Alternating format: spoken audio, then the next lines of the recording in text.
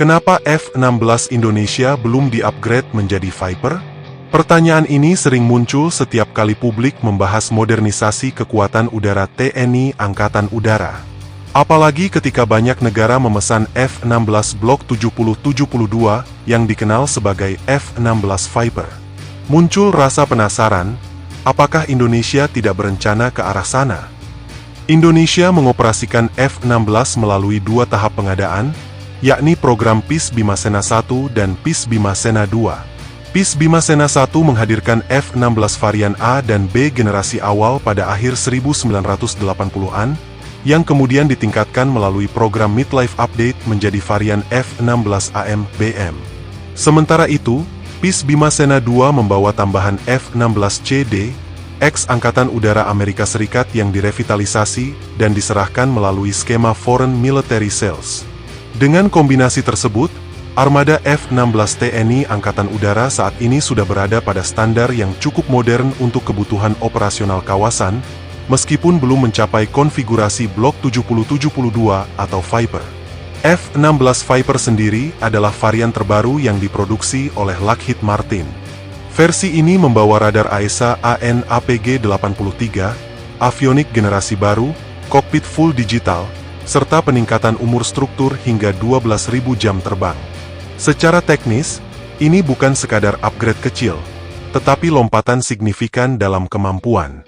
Namun perlu dipahami, meningkatkan F-16 lama ke standar Viper bukan perkara sederhana. Upgrade tersebut membutuhkan penggantian radar, komputer misi, sistem avionik, hingga penguatan struktur pesawat. Dalam banyak kasus internasional, biaya modernisasi besar seperti ini bisa mendekati harga pembelian unit baru. Disinilah pertimbangan strategis muncul. Indonesia saat ini sedang menjalankan kontrak besar pengadaan 42 unit Rafale dari Prancis. Proyek ini menyerap anggaran yang tidak sedikit dan menjadi prioritas utama dalam rencana pembangunan kekuatan udara jangka panjang. Selain memperbarui platform lama, Indonesia kini mengarahkan modernisasi pada kombinasi pesawat generasi lebih maju. Kontrak pengadaan Dassault Rafale memperkuat lini tempur generasi 4,5, sementara keterlibatan dalam pengembangan KF-21 Boramai serta penjajakan kerjasama pada proyek KAAN, menunjukkan bahwa arah jangka panjang Indonesia adalah membangun fondasi menuju kemampuan generasi berikutnya, bukan sekadar mempertahankan platform lama. Jika seluruh F-16 lama dipaksakan menjadi standar Viper, maka struktur anggaran pertahanan harus menyesuaikan secara signifikan. Dalam perencanaan militer modern, keputusan tidak semata-mata berbasis kemampuan teknis, tetapi pada efektivitas biaya, umur pakai struktur pesawat, serta sinkronisasi dengan roadmap kekuatan udara nasional. Faktor usia armada menjadi pertimbangan utama. Tidak semua F-16 yang dioperasikan memiliki kondisi struktur pesawat yang identik. Sebagian berasal dari program hibah dan telah melalui siklus operasional panjang. Upgrade besar seperti radar AESA, komputer misi generasi baru, dan sistem peperangan elektronik akan membutuhkan evaluasi menyeluruh terhadap struktur, pengkabelan, serta kompatibilitas teknis tiap unit. Proses ini kompleks dan dapat mengurangi kesiapan tempur selama fase pengerjaan. Di sisi lain, arah modernisasi Indonesia saat ini lebih terfokus pada penguatan platform baru. Kontrak pengadaan Dassault Rafale menjadi tulang punggung peningkatan kemampuan generasi 4,5 dengan paket sensor dan persenjataan yang lebih modern sejak awal produksi. Selain itu, Indonesia tetap terlibat dalam pengembangan KF-21 Boramai bersama Korea Selatan, sebagai investasi teknologi jangka panjang. Program ini memberi akses pada transfer teknologi dan pengalaman industrial yang bernilai strategis bagi kemandirian industri pertahanan nasional. Indonesia juga membuka peluang kerjasama masa depan dengan Turki melalui proyek KAAN, di mana pendekatan ini menunjukkan orientasi jangka panjang menuju kapabilitas generasi kelima. Dalam konteks kawasan Asia Tenggara, kemampuan F-16 Indonesia saat ini masih relevan.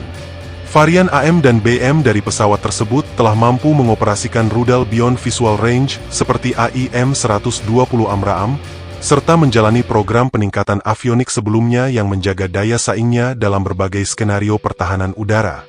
Perlu dicatat, setiap notifikasi penjualan atau upgrade besar melalui skema Foreign Military Sales biasanya diumumkan oleh DSCA. Hingga saat ini belum terdapat pengumuman resmi mengenai paket upgrade F-16 Indonesia ke standar Blok 7072, yang mengindikasikan bahwa opsi tersebut belum menjadi prioritas formal. Modernisasi militer berjalan berdasarkan perencanaan bertahap. Pemerintah dan TNI Angkatan Udara harus mempertimbangkan keseimbangan antara kesiapan tempur saat ini, pembiayaan jangka panjang, dukungan logistik, serta pembangunan kekuatan masa depan. Dengan konfigurasi yang ada, Indonesia membangun struktur kekuatan berlapis, mulai dari F-16 sebagai platform yang matang dan familiar dalam operasional, Rafale sebagai tulang punggung utama generasi 4,5, serta partisipasi dalam KF-21 sebagai investasi menuju generasi berikutnya, sambil menjaga fleksibilitas opsi kerjasama dengan Turki dalam proyek jet tempur generasi kelima-KAN untuk masa depan. Karena itu, belum dilakukannya upgrade F-16 ke standar Viper, bukan berarti keterbatasan kemampuan, melainkan bagian dari strategi prioritas. Modernisasi bukan sekadar melakukan upgrade semua yang lama, tetapi menempatkan sumber daya pada titik yang memberi efek strategis terbesar bagi keseimbangan kekuatan nasional.